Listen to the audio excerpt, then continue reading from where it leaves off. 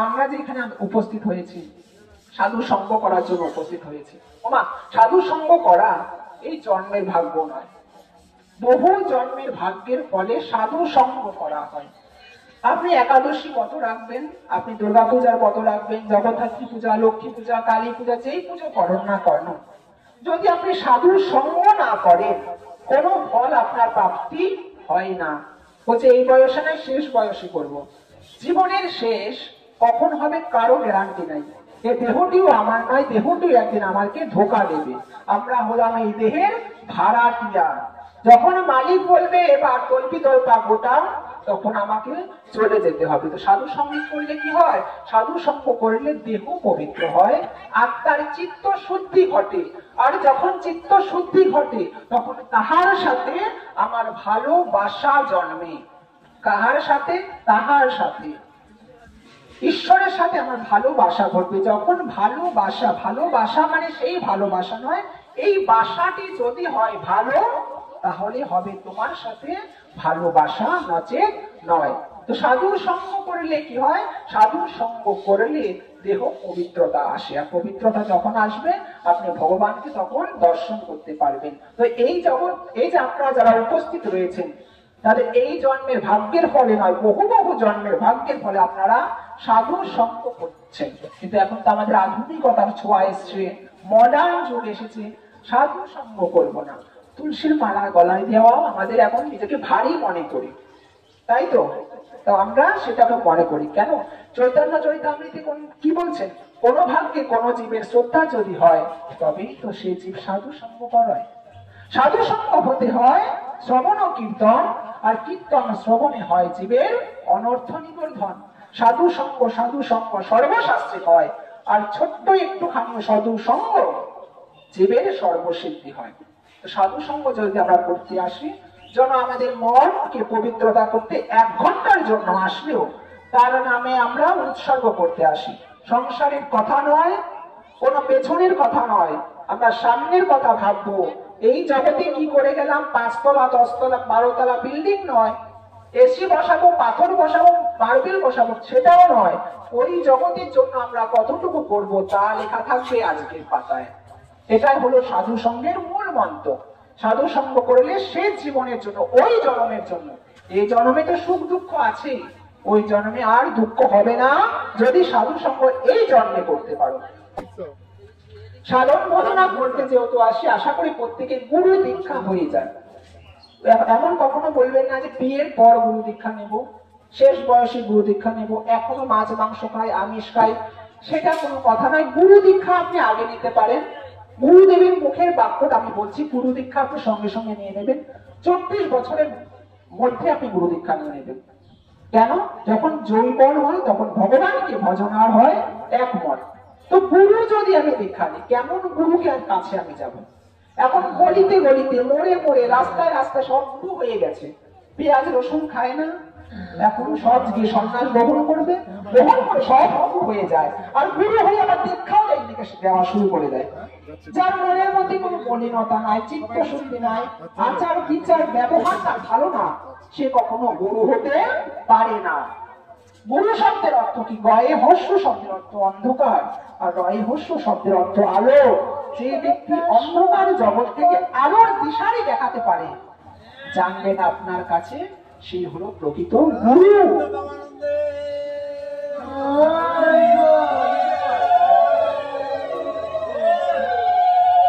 তো গুরু যদি দীক্ষা নিতে হয়, গুরু কর্ণে যদি দীক্ষা নিই, যেন সৎ গুরুর কাছে, যে গুরুর কাছে আমার ভক্তি আসবে তার কাছেই যেন আমি নিই, তার কাছেই যেন গুরু নিই। তো গুরু দীক্ষা নেওয়ার পরে গুরুদেব যে আমাদের উপদেশ দেবে, যে আদেশ দেবে, সে উপদেশ এবং আদেশ যেন মানা হয়। যদি আদেশ উপদেশ না মানে, তাহলে গুরুকে অপমান করা হবে, আর গুরু অপমান করা মহাপাপের ভাগীদার হবে।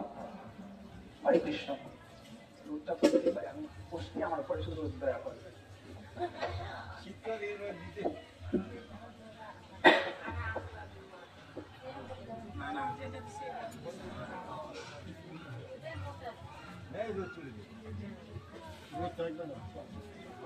হরে কৃষ্ণ। মাইকে দর্শন করলাম। আর আরো পাঠ করবো এই যে এতগুলো গ্রন্থ রয়েছে তো।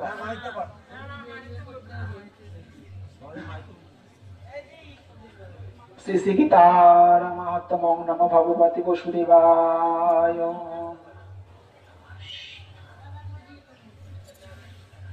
হরে কৃষ্ণ। অভিচার উদ্ভূত দুঃখং বড় শাপ আপতং যজ্জৎ নোপসর্পতি ততৈব যত্র গীতার্চন গৃহে তাপ উদ্ভয় ভবা পীড়া নৈব ব্যাধি ভবেত করছি ন শাপ নৈব পাপঞ্চ দুর্গতি নরক নচ। যে বাড়িতে প্রত্যেকদিন গীতার পূজা হয়, গীতা অর্চনা করা হয়, সেখানে অবিচার উদ্ভূত যে দুঃখ হয়, অবিচার উদ্ভূত মানে কি?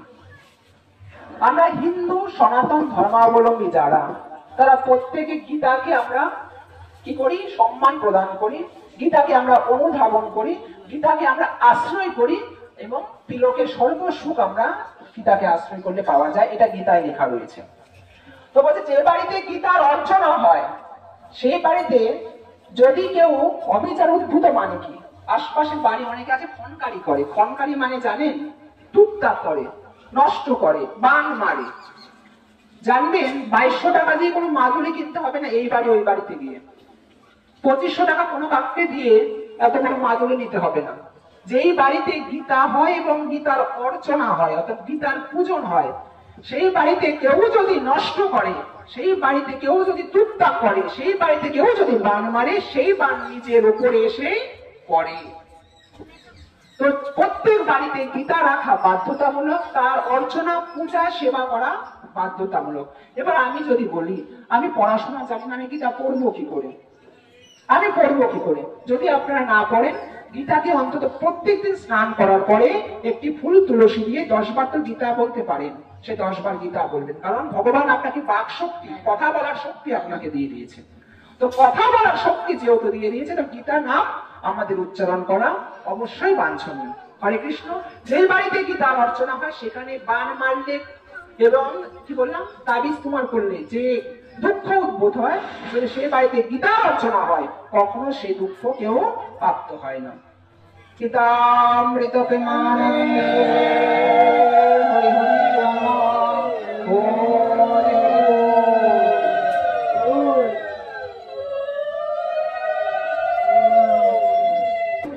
অনর্পিত চরিং চিরাত করুণায় অবতীর্ণ কল সমর্পায় উন্নত উজ্জ্বল রস সভক্তি শ্রীয়ম। যা ছিল চির অনর্পিত, সত্যতে তা দাপনে যা দেওয়া হয় নাই, এই যুগে সেই রস দেওয়ার জন্য আমার গৌর হরি উদয় হয়েছে। তাহলে আপনারা যদি বলবেন গৌর হরি আজ থেকে 550 বছর, 1486 সালে তার জন্ম, তার প্রাপ্তি দিবস 1533 শাস্ত্রে ধরা হয়। তো এই যে আজ থেকে 550 বছর আগে আমার গৌর হরি চলে গেছেন, এখন তো আর কেউ নাই, তাহলে এখন সেই উন্নত উজ্জ্বল রস দেবে কে আমাদেরকে? তো এই উন্নত উজ্জ্বল রস কি হবে? আমার মহাপ্রভু হলো প্রার্থী। কেমন প্রার্থী? যদি আমাদের এখানে বিধানসভা ভোট হয়, হয়তো বিধানসভা ভোট পুরো কালনার মধ্যে হয়, বাগনাপাড়াও কালনার অন্তর্ভুক্ত। একজন এখন বর্তমানে এমএলএ আছে দেবপ্রসাদ ভাগ। তো ইনি যে আছেন একজন প্রার্থী, তো এই প্রার্থী যখন ভোটে দাঁড়ায়, প্রার্থীর এজেন্ট থাকে প্রত্যেক বুথে বুথে। এজেন্ট থাকে তো, সিপিএম এর এজেন্ট থাকে, তৃণমূলের এজেন্ট থাকে, বিজেপির এজেন্ট থাকে, প্রত্যেক প্রার্থীর একজন করে এজেন্ট থাকে। তো এই যে প্রত্যেক বুথে এজেন্ট রয়েছে, আমাদের এই কলির জীব উদ্ধারের জন্য আমার মহাপ্রভু যা ছিল চির অনর্পিত, যা 3 যুগে দেওয়া হয় না, এই যুগে নিয়ে এসেছিল কি? হরে কৃষ্ণ কৃষ্ণ কৃষ্ণ হরে হরে, হরে রাম রাম রাম হরে হরে।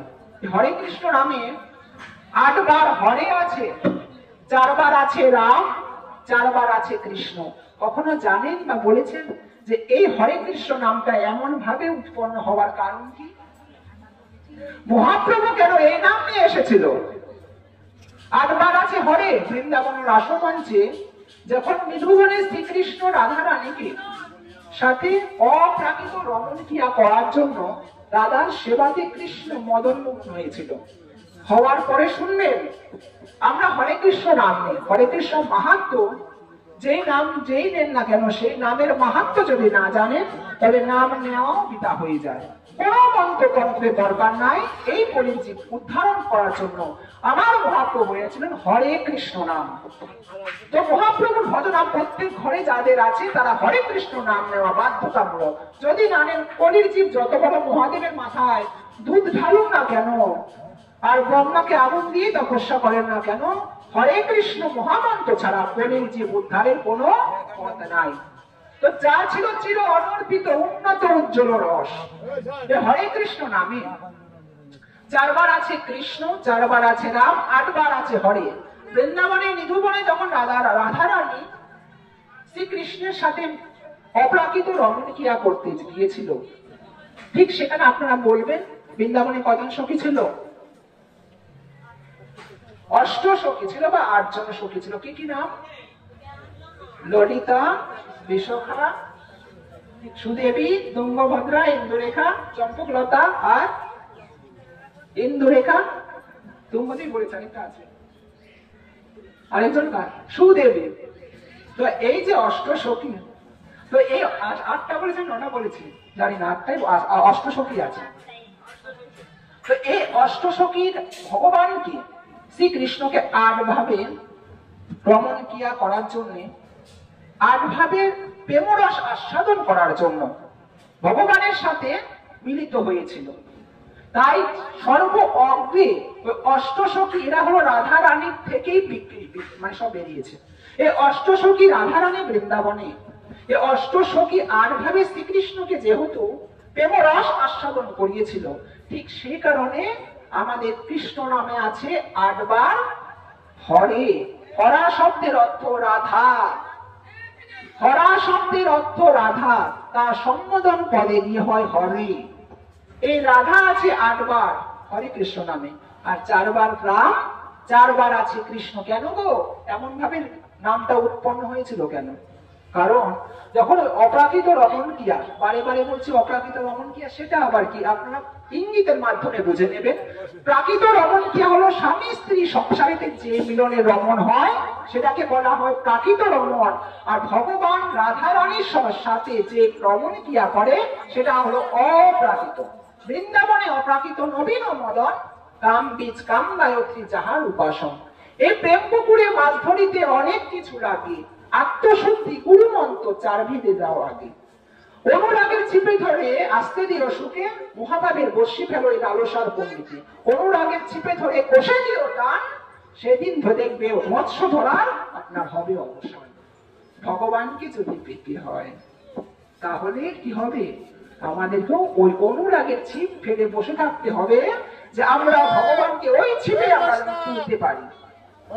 তো এই যে ছিপে ধরে ভগবানকে তুলবো, আজ ওই বৃন্দাবনে রমণ ক্রিয়া করার জন্য রাধা রানীর সাথে শ্রীকৃষ্ণ 4টি নায়ক রূপ ধরেছিল, আর 4 নায়ক রূপ ধরে 4 বার রমণ ক্রিয়া করেছিল। তাই নামের ভিতরে 4 বার ওই নায়ক রূপ ধরাতে কৃষ্ণ, আর 4 বার রমণ ক্রিয়া করার জন্য রমনাথে রাম নামের উদ্ভব হয়েছে। এই নাম যত করবে পাবে ঊর্ধ্ব গতি, ঊর্ধ্ব গতি হবে, ঊর্ধ্ব হবে গতি, ঊর্ধ্ব গতি, ঊর্ধ্বরথি, ঊর্ধ্ব যদি হয়, ঊর্ধ্ব না হইলে জীব যাবে জমালয়। তাই যখন যত হরিনাম করবে, হরিনামের বর্ণায় তোমার ঊর্ধ্বরথি হবে। এই ঊর্ধ্বরথি যদি তোমার জানতে হয়, সমস্ত কিছু ফেলে দিয়ে তোমাকে গুরুর চরণ তলে তোমাকে অবশ্যই করতে হয়।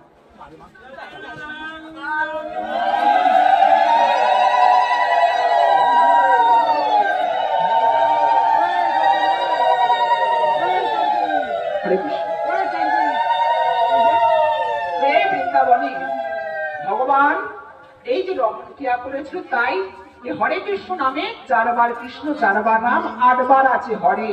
এই হরে কৃষ্ণ নাম উন্নত উজ্জ্বল রসের ভাণ্ড আমার মহাপ্রভু এনেছিল। তাহলে আমি যে বললাম এমএলএর কথা, এজেন্ট রূপী বসায়, আমাদের এজেন্ট কে? মহাপ্রভু তো আজ থেকে 550 বছর আগে চলে গেছে। আমাদের এজেন্ট হলো এই জগতে যারা যারা যার গুরু থেকে দীক্ষা নিয়েছেন, সেই গুরুকে গিয়ে আপনারা প্রশ্ন করবেন যে উন্নত যে উজ্জ্বল রস আছে গুরুদেব, সেই রসের ভাণ্ড আমাকে প্রদান করুন। যেদিন দীক্ষা মন্ত্র কানে আপনাকে দিয়েছে সেদিন থেকে আপনাকে উন্নত উজ্জ্বল রস দান করে দিয়েছেন। যে যেমন ভাবে ভজনা করবেন সাধনা করবেন সে উন্নত রসের ভাগীদারি তারাই হবে।